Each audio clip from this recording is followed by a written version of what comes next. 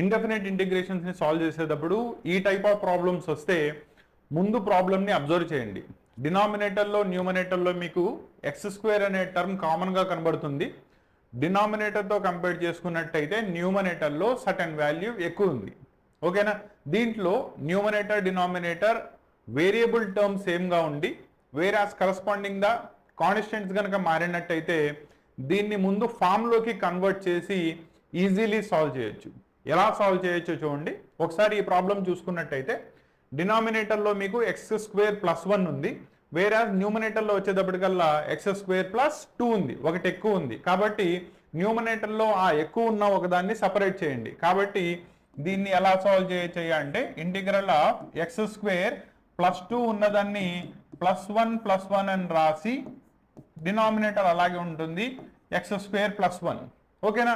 వేరాజ్ ఇదే ప్రాబ్లంలో గనక ఇక్కడ మీకు -2 ఇచ్చాడు అనుకోండి, మీరు x²+1 కావాలి కాబట్టి న్యూమరేటర్కి ఏం చేస్తారు, 1 ని యాడ్ చేస్తారు, 1 ని సబ్ట్రాక్ట్ చేస్తారు. Same procedure. కింద ఉన్నదాన్ని పై దానికి అప్టైన్ చేయడానికి ఎంతైతే వాల్యూ యాడ్ చేయాలో అంతే వాల్యూని సబ్ట్రాక్ట్ చేయండి. క్లారిటీ వచ్చిందా? నో దీంట్లో x²+1 ఏదైతే డినామినేటర్లో టర్మ్ పైన రిపీట్ అయిందో దాన్ని అక్కడ దాకా ఉంచి 1 ని సపరేట్ చేశాను.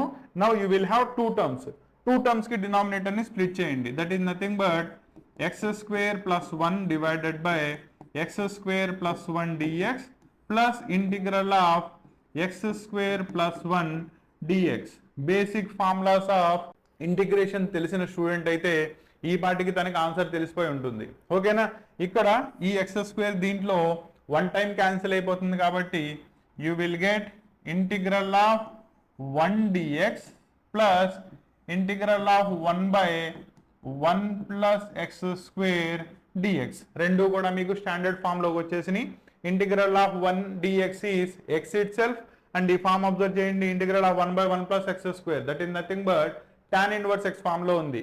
కాబట్టి విడగొట్టినట్టయితే దట్ ఈస్ కరస్పాండింగ్లీ వాటి యొక్క ఇంటిగ్రేషన్ అప్లై చేస్తే integral of 1 dx is x plus 1/1 plus x² అంటే tan ఇన్వర్స్ ఆఫ్ x మొత్తం అయిపోయింది కాబట్టి plus c is the constant of integration. So for this integral corresponding దాని యొక్క solution will be x plus tan inverse of x plus c. ఓకేనా? ఇక్కడ method గుర్తుపెట్టుకోండి. Denominator numerator లో వేరియబుల్ టర్మ్ కనుక సేమ్ ఉన్నట్టయితే మీరు కాన్స్టెంట్స్ ని ఎడిషన్ అండ్ సబ్ట్రాక్షన్ చేసి ఈజీలీ అబ్టైన్ చేయొచ్చు. కరస్పాండింగ్లీ డినామినేటర్ ని కనుక మీరు స్ప్లిట్ చేసుకున్నట్టయితే మీకు అది స్టాండర్డ్ ఇంటిగ్రల్ లోకి మారిపోతుంది. అక్కడ స్టాండర్డ్ ఇంటిగ్రల్ ఫార్ములాస్ కనుక తెలుసున్నట్టయితే ఇటువంటి ప్రాబ్లమ్స్ ని మనం చాలా ఈజీగా సాల్వ్ చేసేది. ఓకేనా? నెక్స్ట్ క్లాస్ లో ఇంకో మెయిన్ ప్రాబ్లమ్ తో మళ్ళీ కలుద్దాం. ఇటువంటి మరిన్ని క్లాసెస్ కోసం ఛానల్ ని జాయిన్ చేయండి.